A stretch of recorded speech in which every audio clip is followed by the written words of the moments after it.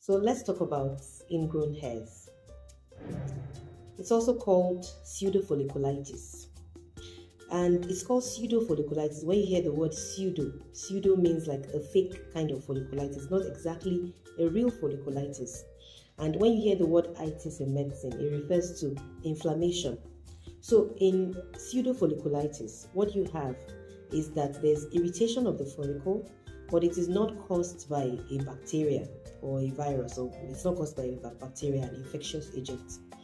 So what happens in ingrown hair or pseudofolliculitis is that you have, when you are shaving, a bit of trauma, and sometimes the hair grows back inwards, especially in people that have curly hair. So one of the problems when you are shaving is that you like to have a clean shave, whether in your armpits, your beards, your nether regions. So you want to shave and you're shaving your beard and you're going against the line of your beard, against the direction of hair growth. Your armpit, you're going against the direction of hair growth just to ensure that you have a clean shave. But the problem with this is that the more you do this, the more the risk of trauma. And the more you have trauma, the more the likelihood of you having ingrown hairs. So, African hair generally is not like Caucasian hair. It's more coarse, it's curly, and because of that, the risk of the hair growing inwards is more than the people with straight hair. So how do you manage ingrown hairs? It is actually self-limiting. Most times, if you don't do anything to it, you leave it alone, you moisturize the area properly, it goes away.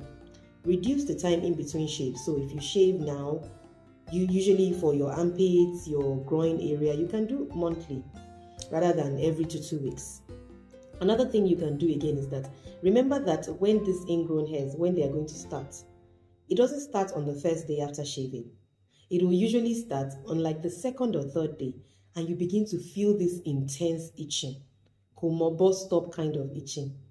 Do not, I repeat, do not scratch that area, because the moment you start to scratch, that is another form of trauma, and you keep scratching and you've generated the itch scratch cycle. You keep scratching and it keeps itching you.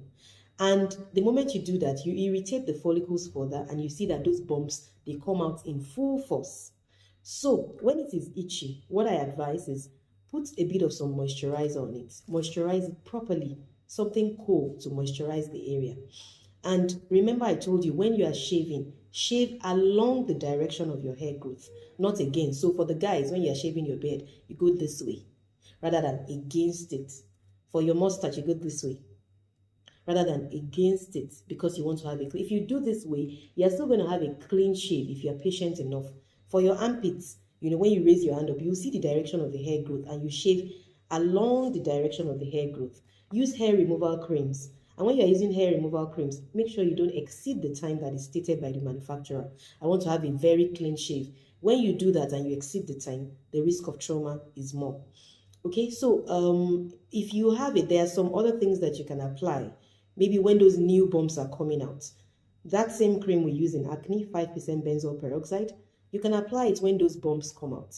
But the most important way to manage ingrown hair or pseudofolliculitis is by prevention.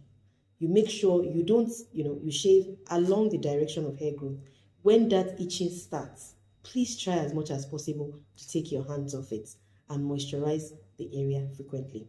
So if you have any questions, I'll be there in the comment section to answer.